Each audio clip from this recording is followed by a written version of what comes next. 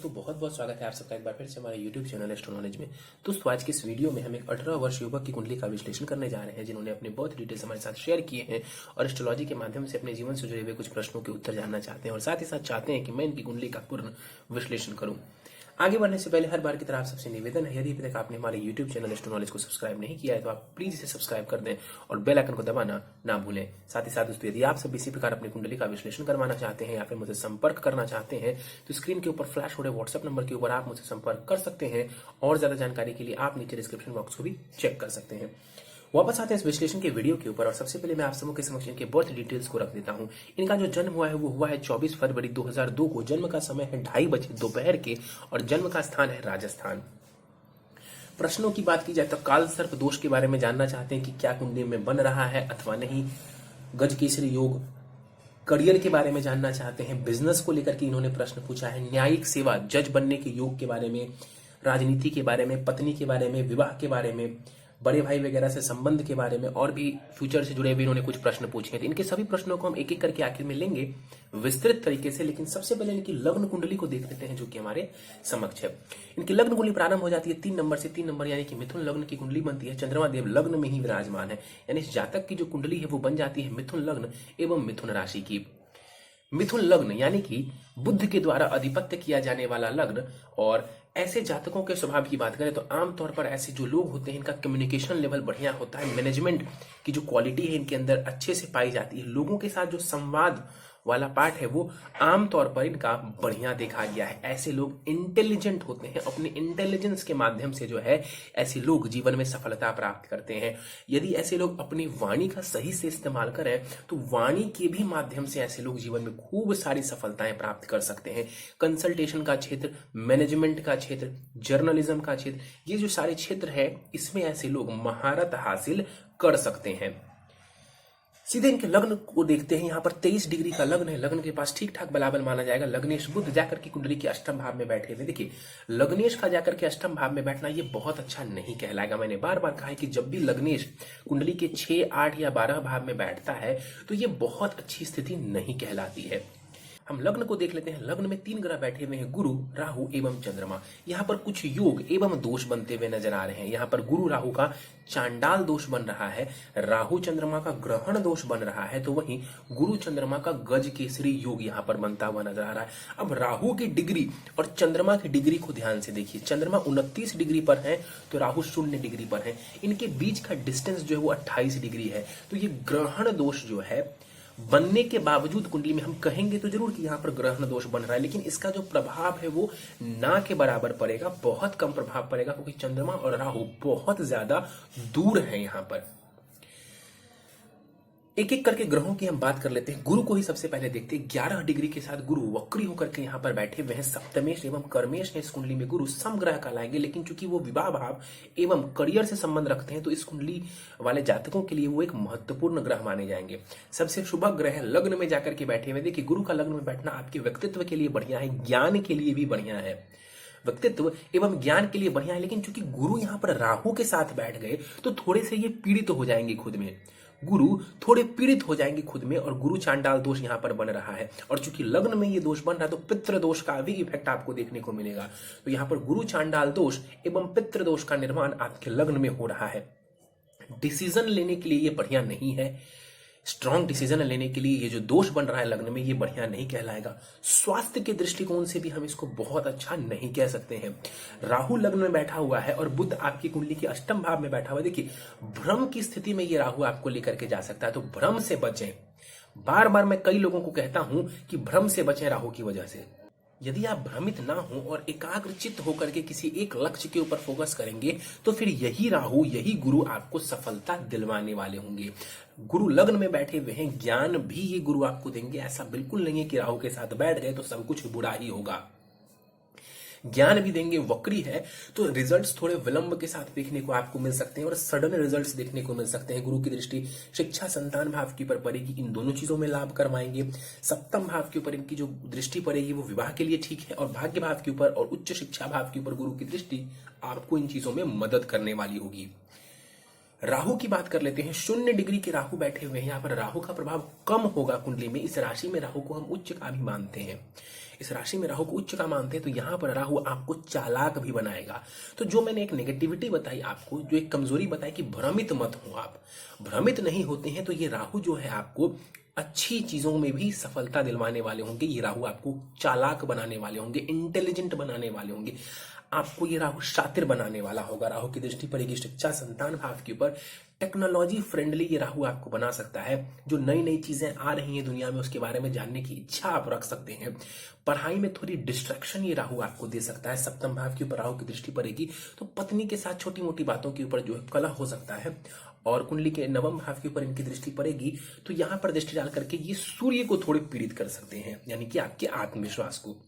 तो basically Rahu 0 degree के साथ है। तो मैंने दृष्टियां जो आपको बताई, उसका प्रभाव बहुत कम आपको देखने को मिलेगा, ना के बराबर। क्यों? क्योंकि राहु का जो बल है वो बहुत ही कम है। 0 डिग्री के राहु है यहाँ पर। लेकिन राहु की दशा चलती है, तो भ्रमित होने से बचें। बार बार मैं एक लाइन दोहरा रहा हूं, भ्रमित होने से बचें। आगे बढ़ते हैं, चंद्रमा को देख लेते हैं। चंद्रमा यहाँ पर 29 डिग्री के साथ मृत अवस्था में बैठे हुए हैं। चंद्रमा धनेश है और जाकर के लग्न में बैठे हुए हैं। देखिए, धनेश है ये चंद्रमा, लग्न में बैठे हुए। जीवन में धन की कमी आपको ये चंद्रमा नहीं होने देंगे। पैतृक संपत्ति वगैरह का भी ये चंद्रमा आपको लाभ दिलवाने वाले होंगे। लग्न में चंद्रमा का बैठना व्यक्तित्व के लिए बढ़िया माना जाएगा। लेकिन फिर से मैं बोलूंगा, यहाँ पर चंद्रमा और राहु की भी युति हो रही है। इस वजह से कंसंट्रेशन की कमी हो सकती है। लेकिन इसका सॉल्यूशन भी यहाँ पर मौजूद है कि गुरु यहाँ पर चंद्रमा के साथ बैठे हुए। कई सारे वीडियोस में मैंने कहा कि गुरु और चंद्रमा की जब युति होती है, तो चंद्रमा जो है वो पवित्र होता चला जाता है, यानी कि आपका मन पवित्र होता चला जाता है। कंसंट्रेशन की स्थिति अच्छी होती चली जाती है। चंद्रमा बैलेंस होता चला जाता है। तो यहाँ पर राहु से घबराने की बहुत ज्यादा आवश्यकता नहीं है। हाँ, इतना जरूर है कि राहु की दशा वगैरह चलती है, तब ये राहु ज्यादा तकलीफ आपको दे सकता है। तो चंद्रमा थोड़े जो है आपको कंसंट्रेशन में कमी करेंगे, क्योंकि ये मृत अवस्था की भी मौजूद है। तो फोकस के साथ काम करिए, तो धन का भी लाभ देखने को मिलेगा और आपके अंदर इंटेलिजेंस तो मौजूद है ही। चंद्रमा की भी दृष्टि का जो बल है वो बहुत कम होगा, क्योंकि ये मृत अवस्था के हैं। सप्तम भाव के ऊपर उनकी दृष्टि वैवाहिक जीवन के लिए बढ़िया है। सीधे केतु के ऊपर आ जाते हैं। 0 डिग्री के साथ केतु यहाँ पर कुंडली के सप्तम भाव में बैठे हुए हैं और विवाह का ये भाव होता है। यहाँ पर केतु उच्च के जरूर बैठे हुए हैं, गुरु की राशि में बैठे हुए हैं। लेकिन देखिए, सप्तमेश बनते हैं गुरु और वो राहु के साथ है और सप्तम में केतु है। विवाह आपको कुंडली मिलान करके करना चाहिए। बिना कुंडली मिलान किए विवाह आपको नहीं करना चाहिए, अन्यथा आपके लिए थोड़ी परेशानी खड़ी हो सकती है। कुंडली मिलान करके यदि आप विवाह करेंगे तो परेशानियों से आप बच जाएंगे। केतु की दृष्टियों की मैं बात करूं तो केतु की दृष्टि लाभ भाव के ऊपर पड़ रही है, तो केतु धन का लाभ आपको देने वाला होगा। लग्न के ऊपर इनकी दृष्टि ज्ञान देगी, आपको इमेजिनेशन पावर को, क्रिएटिविटी को बढ़िया करेगा। तीसरे भाव के ऊपर केतु की दृष्टि एफर्ट्स को बढ़ाएंगे, मेहनत वगैरह को बढ़ा देंगे। बुध को देख ले, कुंडली के अष्टम भाव में बुध बैठे हुए हैं। युवावस्था का ये बुध है और अष्टम भाव में आकर के बैठा हुआ है। देखिए, यहाँ पर जो बुध बैठे हुए हैं, रिसर्च के क्षेत्र में आपको अच्छी सफलता दिलवा सकते हैं। बुध एक ऐसा ग्रह है इकलौता जो कि अष्टम भाव में भी अच्छा रिजल्ट देने वाला माना गया। वैसे शनि भी अच्छा रिजल्ट देते हैं, लेकिन बुध को अष्टम भाव में बहुत ज्यादा खराब नहीं माना गया है। तो यहाँ पर बुध देव बैठे हुए हैं, तो आपके अंदर कहीं ना कहीं एस्ट्रोलॉजी वगैरह में इंटरेस्ट आपको हो सकता है। कई ऐसी चीजों में इंटरेस्ट आपको हो सकता है जो कि रिसर्च के माध्यम से जानी जाती है, यानी कि गुप्त तरीके से उसको जाना जा सकता है। उसमें भी ये बुध आपको इंटेलिजेंस देने वाला होगा, सिक्स्थ सेंस को आपका बढ़िया करने वाला होगा बुध। तो ये कुछ चीजें हैं जो आपके लिए बढ़िया मानी जाएंगी। लेकिन फिर भी मैं आपको एक बात कहूंगा कि ये जो बुध है, ये षडाष्टक दोष बना रहे हैं लग्न से। यहाँ से 8 घर दूर है और इधर से 6 घर दूर है, इसलिए अपने स्वास्थ्य को कभी भी आप इग्नोर मत करिए। सुखेश एवं माता भाव के स्वामी ग्रह बुध अष्टम भाव में जाकर के बैठे हुए, माता के स्वास्थ्य का ध्यान रखने की आवश्यकता है, क्योंकि यहाँ पर चंद्रमा के ऊपर राहु केतु का भी प्रभाव है और चतुर्थेश जो बुध है वो अष्टम भाव में है। तो माता के स्वास्थ्य का ध्यान रखिए। बुध की दृष्टि द्वितीय भाव के ऊपर पड़ेगी। अपनी वाणी से आप लाभ ले सकते हैं, अपनी वाणी से आप लाभ ले सकते हैं और वाणी के ही माध्यम से आप धन भी जीवन में अर्जित करने वाले होंगे। नवम भाव को देख लेते हैं, भाग्य भाव को देख लेते हैं। यहाँ पर शुक्र एवं सूर्य विराजमान है। 11 डिग्री के साथ सूर्य यहाँ पर बैठे हुए हैं। देखिए, साहस पराक्रम भाव के स्वामी ग्रह भाग्य भाव में बैठे हुए हैं। निश्चित रूप से आप अपनी मेहनत से, अपने एफर्ट्स के माध्यम से अपने भाग्य का निर्माण करने वाले होंगे। पिता की तरफ से आपको बहुत लाभ देखने को मिलेगा। और यहाँ पर ये जो सूर्य है 11 डिग्री के साथ कुमार अवस्था में बैठे हुए, लेकिन बल इनका बहुत अच्छा है। सूर्य की दृष्टि तीसरे भाव के ऊपर पड़ेगी। अब देखिए, एक तो सूर्य पराक्रमेश थे, ऊपर से पराक्रम भाव को देख रहे हैं अपनी दृष्टि से, सातवीं दृष्टि से। इसका मतलब है कि आपके पराक्रम में ये जो सूर्य है कोई कमी नहीं रखने वाले हैं। तो अपने पराक्रम के माध्यम से आप जीवन में बहुत कुछ कर सकते हैं। शनि की राशि में, यहाँ पर शनि की मूल त्रिकोण राशि में सूर्य जरूर बैठे हुए, लेकिन तात्कालिक मैत्री में है ये सूर्य तात्कालिक मैत्री में है, इसलिए यहाँ पर ये ठीक रिजल्ट देंगे, बहुत खराब रिजल्ट नहीं देंगे। अगर तात्कालिक मैत्री में नहीं होते तो शनि की राशि में होने की वजह से यहाँ पर सूर्य बहुत ज्यादा परेशानी खड़ी करते। शुक्र को देख लेते हैं। 21 डिग्री के साथ शुक्रदेव यहाँ पर बैठे हुए हैं वृद्ध अवस्था में, अस्त के भी नजर आ रहे हैं यहाँ पर शुक्रदेव। शुक्र इस कुंडली में कारक, योग कारक ग्रह कहलाएगा, वो पंचमेश एवं वो द्वादशेश है। शिक्षा संतान भाव का स्वामी ग्रह उच्च शिक्षा भाव में जाकर के बैठा हुआ है, तो उच्च शिक्षा के योग यहाँ पर जरूर मौजूद है। लेकिन क्या है कि शुक्र यहाँ पर अस्त के हैं तो थोड़ी सी परेशानी देखने को मिल सकती है। तो उच्च शिक्षा का योग यहाँ पर बिल्कुल मौजूद है, और शुक्र को यदि थोड़ा बल दे दिया जाए तो मेरे हिसाब से शिक्षा और प्रेम संबंध की जो स्थिति है वो बेहतर होती चली जाएगी। शिक्षा, संतान और प्रेम संबंध की स्थिति में यहाँ पर शुक्रदेव जो है आपको लाभ दिलवाने वाले होंगे। विदेश वगैरह की खूब सारी यात्राएं आप चाहें तो आप कर सकते हैं, क्योंकि शुक्र यहाँ पर जो है ट्रैवल के भाव में जाकर के बैठे हुए हैं, विदेश भाव के स्वामी ग्रह होकर के, तो खूब सारी विदेश की यात्राएं भी आप कर सकते हैं। दृष्टि नहीं होगी शुक्र के पास। मंगल को देख लेते हैं। 2 डिग्री के साथ यहाँ पर बाल अवस्था में मंगल देवता बैठे हुए हैं। देखिए, षष्ठेश है एवं लाभेश है मंगल, मारक ग्रह है इस कुंडली में मंगल, लेकिन स्वग्रही है लाभ भाव में, तो धन तो ये मंगल देगा ही देगा। मंगल धन तो देगा ही देगा। ऊपर से देखिए ये षष्ठेश है, तो रोग के माध्यम से आप धन लाभ ले सकते हैं, बीमारियों के माध्यम से आप धन लाभ ले सकते हैं। कौन लेता है धन का लाभ बीमारियों के माध्यम से? तो डॉक्टर्स लेते हैं या दवाई दुकान वाले लेते हैं। इसके अलावा मुकदमा से भी आप लाभ ले सकते हैं, दूसरों के झगड़े से भी आप लाभ ले सकते हैं। ऐसा कौन करता है? तो वकील लोग करते हैं। तो इन चीजों में भी आपको लाभ देखने को मिल सकता है। मंगल की दृष्टियों की मैं बात कर लेता हूं। मंगल की दृष्टि द्वितीय भाव के ऊपर पड़ गई, वाणी का ध्यान रखिए। नीच की दृष्टि है, वाणी का ध्यान रखिए, कटु वचन मत कहिए किसी को। शिक्षा संतान भाव के ऊपर मंगल की दृष्टि पड़ रही है, मेहनत करिए, मेहनत के माध्यम से ही शिक्षा आपकी पूरी होगी, अन्यथा क्या होगा, उसमें ब्रेक लग सकता है, उसमें टाइम लग सकता है।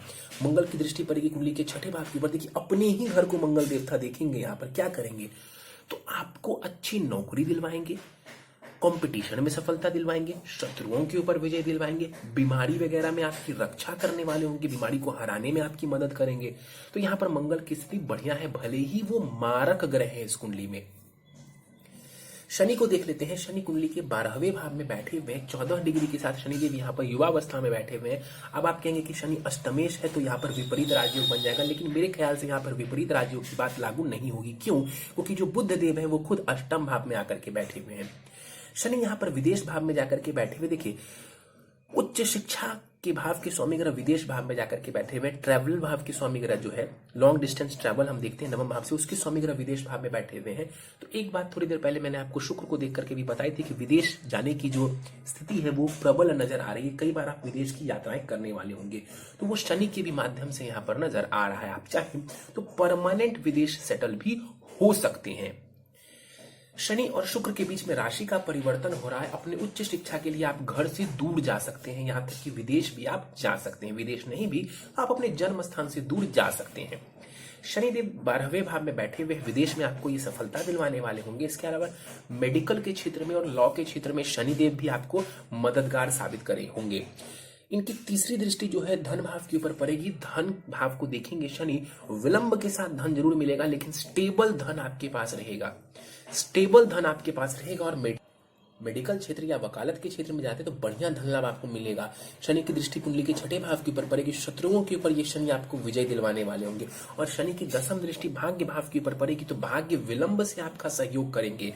और अब देखिए तो सूर्य के ऊपर शनि की भी दृष्टि पड़ रही है, जिस वजह से पिता के साथ संबंध का ध्यान रखने की आवश्यकता है। और दूसरा, आपको अपने कॉन्फिडेंस को भी बढ़िया रखने की जरूरत है, वरना क्या होगा, देखिए राहु आपके लग्न में है, चंद्रमा को भी उसने कुछ हद तक पीड़ित किया, लग्नेश अष्टम में है, और सूर्य जो कि आत्मविश्वास का कारक होता है उसको शनि ने देखा।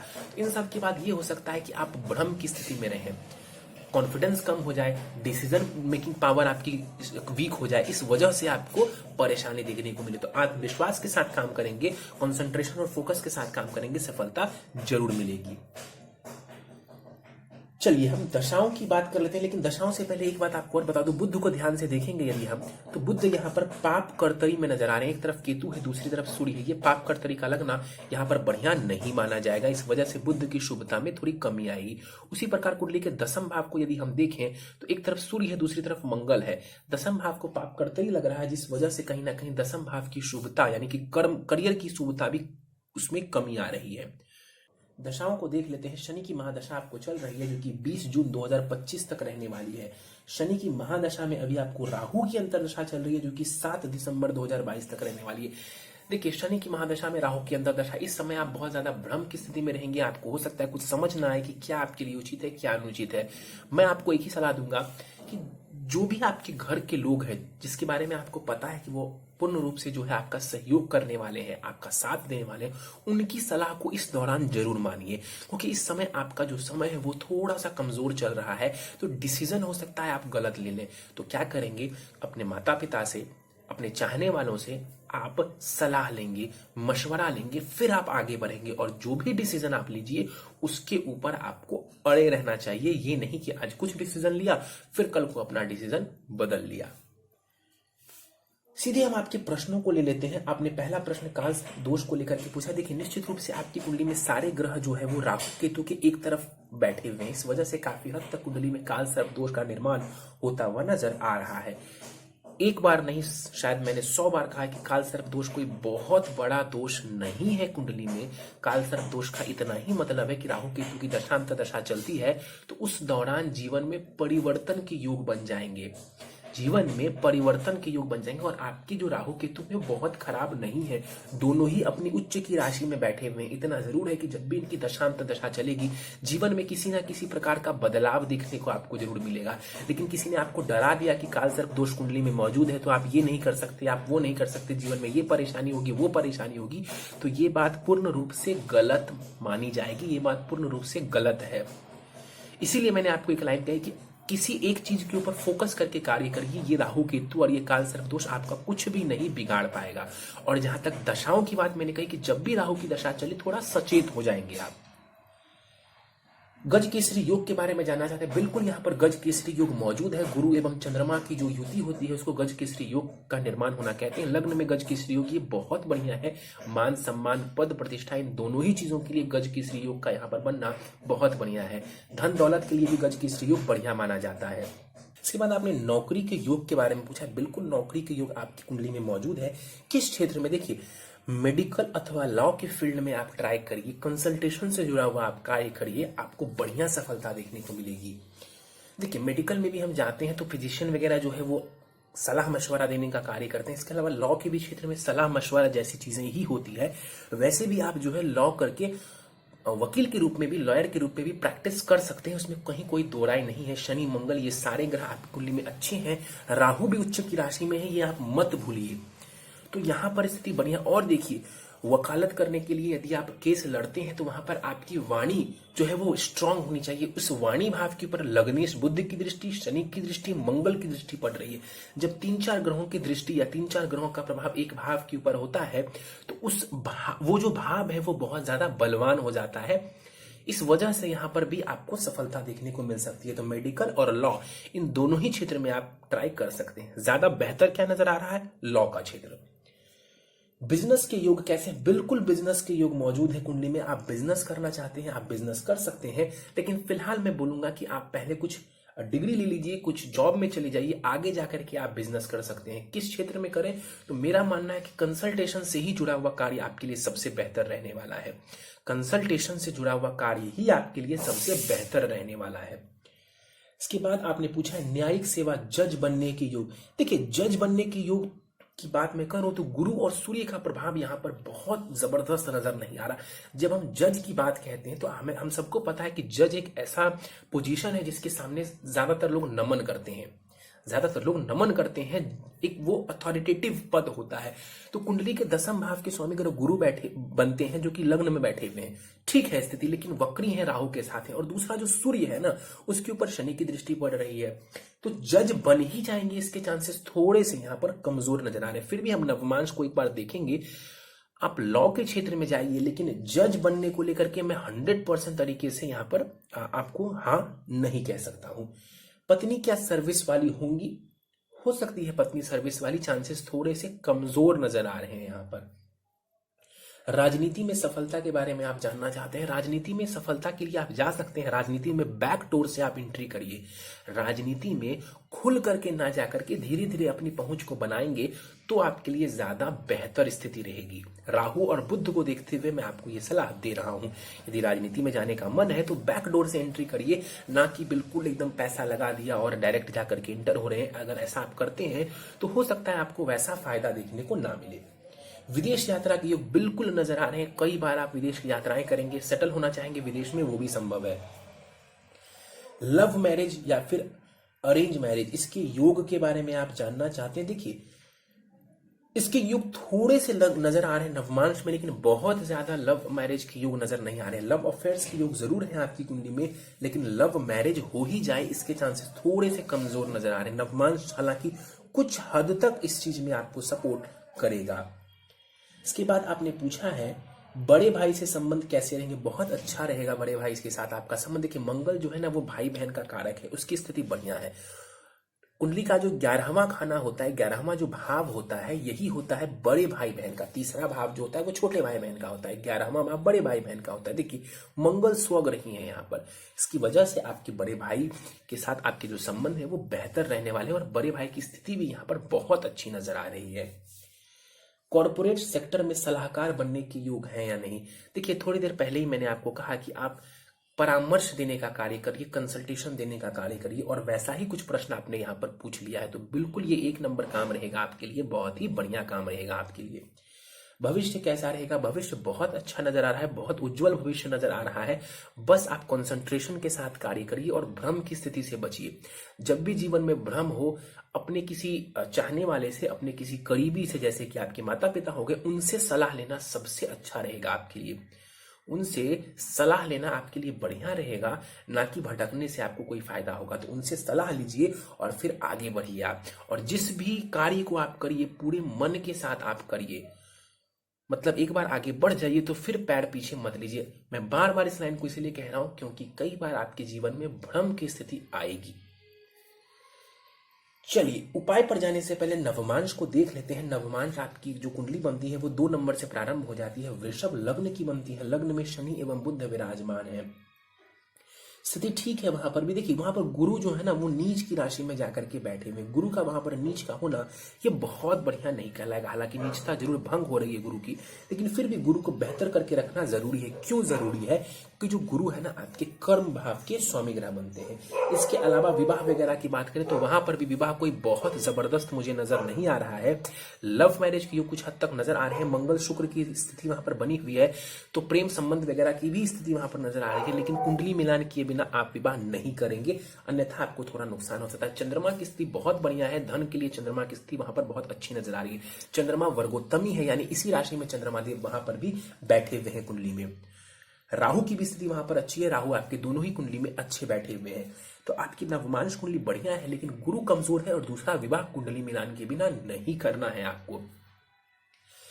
उपाय के ऊपर चलते हैं। प्रथम उपाय है ओपल रत्न आप धारण करिए। 7 सवा 7 रत्ती का ओपल रत्न चांदी की अंगूठी में जरवा करके दाहिने हाथ की प्रथम उंगली में आप इसको शुक्ल पक्ष के शुक्रवार के प्रातः काल को धारण करेंगे।